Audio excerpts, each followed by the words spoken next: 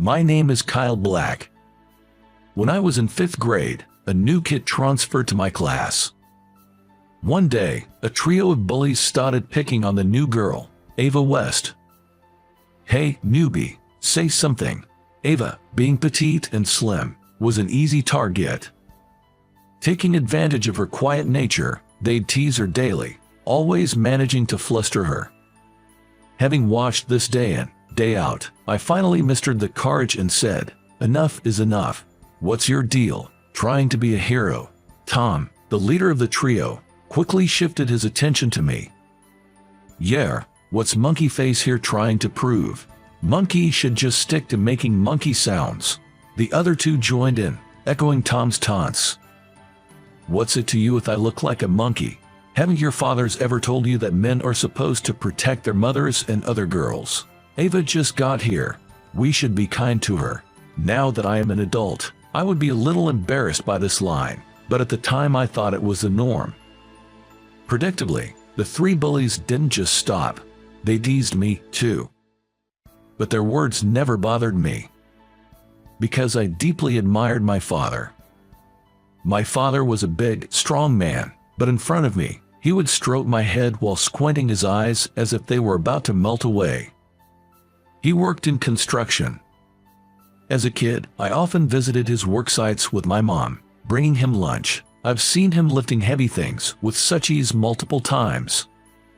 I idolized my strong yet gentle father and often said, "I want to be a strong man like Dad." To which he'd reply, "Being strong isn't just about muscles, it's about protecting those weaker than you." His words came naturally to me in my confrontation with the bullies. Of course, they didn't stop, continuing to taunt Ava. I couldn't stand seeing Ava, always on the brink of tears, so I started accompanying her to and from school. She was a woman of few words, often nodding or shaking her head in response. She always looked down and pressed her lips tightly together, making it hard for her to fit in with the more outgoing girls. But Ava was genuine, and I enjoyed her company. We became closer over that year and the next, but in middle school, we went to different schools. Ava moved to the neighboring state due to her father's job. "I'll write you letters," she promised. How happy I was when Ava told me that. And true to her word, we exchanged letters. Looking back, it was quite a youthful period. Exchanging letters with a girl during the height of adolescence. To be honest, Ava was the only girl I was ever close to. One day, 13 years after graduation, I received a notice for a reunion under the title, "Let's have a reunion now that we are about twice our age since graduation." The quirky theme made me chuckle, and I decided to attend. At the venue, I was thrilled to see familiar faces. As I chatted with old friends, I noticed a group in flashy suits. Looking a little further away, I see a group of people wearing fancy suits. It was the trio of bullies. The most eye-catching of them was Tom. As I laughed at his flirtatious appearance, Tom hasn't changed either. Feeling nostalgic inside, I locked eyes with Tom. "Hey, you're Kyle, right? You haven't changed a bit." Tom, with his buddies, approached me, laughing. I can easily tell it's Kyle, with his red face and monkey. The way he is in a groove hasn't changed since elementary school. The banter went on with them reminiscing about my monkey face. While it was a fun reunion with the trio, it seems I made a mistake in making eye contact at that moment. That trio seemed to be bragging to everyone about which universities they had attended. Now, I wasn't embarrassed or anything.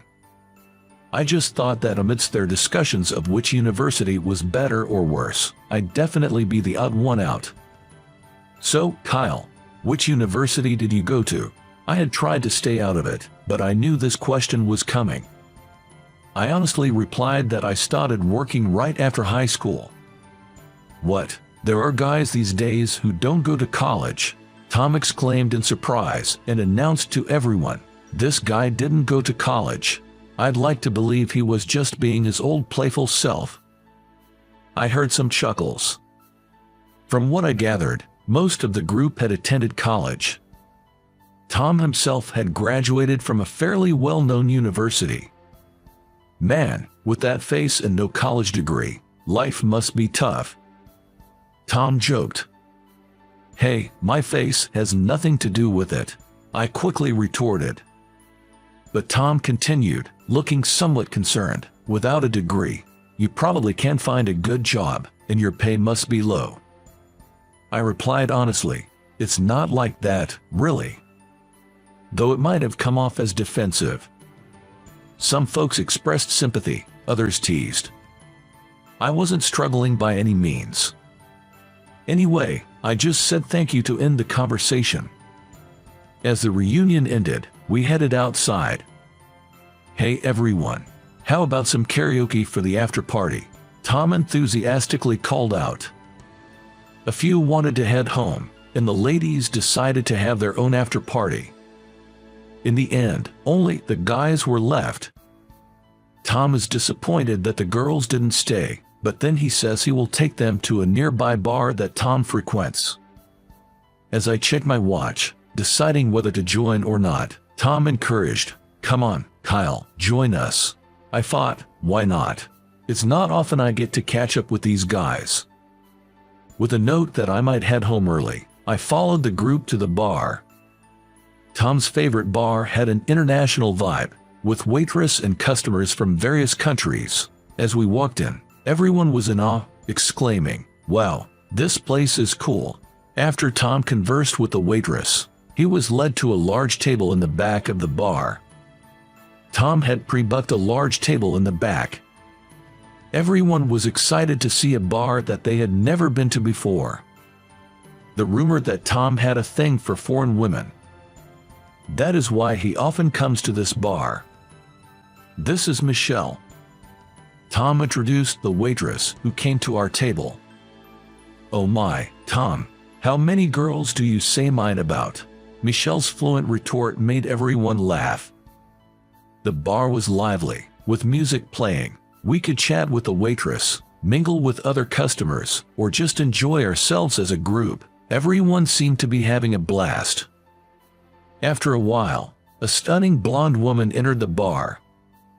With long blonde hair, revealing clothes, and a beautifully styled woman, Tom couldn't help but let out an "oh." Following Tom's gaze, we all turned to look. She looked around, and when our eyes met, she gave a slight wave and a smile. I immediately stood up, intending to leave, and said, "Well then." "Oh damn," she waved at me. Tom interrupted, clearly excited. Everyone around me cheered. "Well, then," looking at me, Tom said, "Perfect timing. Kyle, why don't you go and pick her up?" I was taken aback. "What?" Tom looks thrilled. With a gleeful expression, Tom suggested, "Let's play a game. Let's see if Kyle can hit on her speaking French." Everyone joined in the excitement. It all happened so fast, and I was completely caught off guard, but everyone seemed to be having fun, so I went along with it.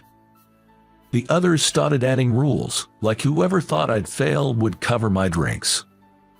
As they discussed, they doubted my looks and French skills. "That's not even a game." Laughter erupted, but they said it seemed fun, so I should go for it. "Let's see how far your high school French can take you. Go." Before I knew it, a game involving me had begun. I got caught up in the hype and said, "No way," as I approached the blonde beauty at the counter. "Excuse me, can I talk to you for a second? Everyone's been telling me to go pick on you." When I said that, she said, "What? What do you mean?" Then she was so surprised that she started to laugh. She glanced at everyone seated and then looked at me with a mischievous smile. "Oh, I see what's going on. Sure." As I walked with her to everyone's table, they all said, "No way." They rolled my eyes and were amazed that I could communicate in French. "Good evening. You called me over," she asks everyone in French, but they must have been stunned by her breathtaking beauty. All anyone could say was, "Well." But only Tom seemed delighted, saying, "She looks even cuter up close." "Thanks, Kyle." "Oh, come here, baby." Seems like that's Tom's usual pickup line. As he spread his arms wide, beckoning her over. She laughed out loud. As she took her time getting to him, Tom reached out to grab her hand. "Why would I come to you? Don't get the wrong idea." When she said this, everyone looked at her with an "what" look and became quiet. That's because the words she uttered were in fluent English. "You're Tom, right? That's George next to you, and Tyler over there." I recognized all three of you right away. She mentioned only those three names in the room, but given her fluent English and her ability to name them, everyone seemed to be in shock. Seeing everyone's reaction, she locked eyes and burst into laughter. "Sorry, everyone, but don't you remember, it's Ava West." When I said that, everyone was silent for a moment, then exclaimed in unison, "No way. Are you that Ava?" Amid the surprise, Ava smirked. "No, darling, it's Ava Black now."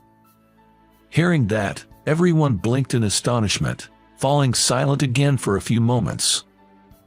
Then, a collective "what" echoed throughout the room, drawing the attention of other customers. Ava playfully wrapped her arm around mine, smiling brightly. Actually, Ava couldn't make it to the reunion because of work, but she finished up and came to pick me up. I tried explaining to everyone, but they seemed lost. Ava must have been tired from work, but when I briefly emailed her about attending an after-party, she replied, "I'll pick you up." The truth is, I still have some work to do after I get home. On Saturday nights, it's hard to hail a cab, so I took advantage of Ava's kindness. Everyone kept saying, "I didn't recognize Ava, she's become so beautiful." Indeed, Ava in elementary school was short and petite, and always looked down, very timid. I was plain back then, but the trio hasn't changed much. I recognized you guys instantly. Besides, I remember what yielded to me. When Ava said that, Tom and his friends looked awkward. Ava had just returned from France at the time. Her father was American, and her mother was French. Due to her father's job, she had lived in France for a long time and barely knew basic English. She had been mocked for her intonation, which made her even more reluctant to speak. I was sad every day back then. When Ava told the three of them this, they sincerely apologized, saying, "We're sorry." But thanks to you guys, I was so frustrated not knowing English that I studied a lot. Now, as you can see, I'm fluent. You apologized, so I forgive you. When Ava smiled and said that, Tom and everyone else broke into smiles too. Hold on a second, did someone just say Ava Black? Does that mean? Tom suddenly became serious, looking at everyone's faces. "The two of you are married?" "No way, that's obviously a joke." "Come on, it's obvious you two are Beauty and the Beast." Everyone was saying they couldn't believe it, but at the mention of Beast, there was a burst of laughter.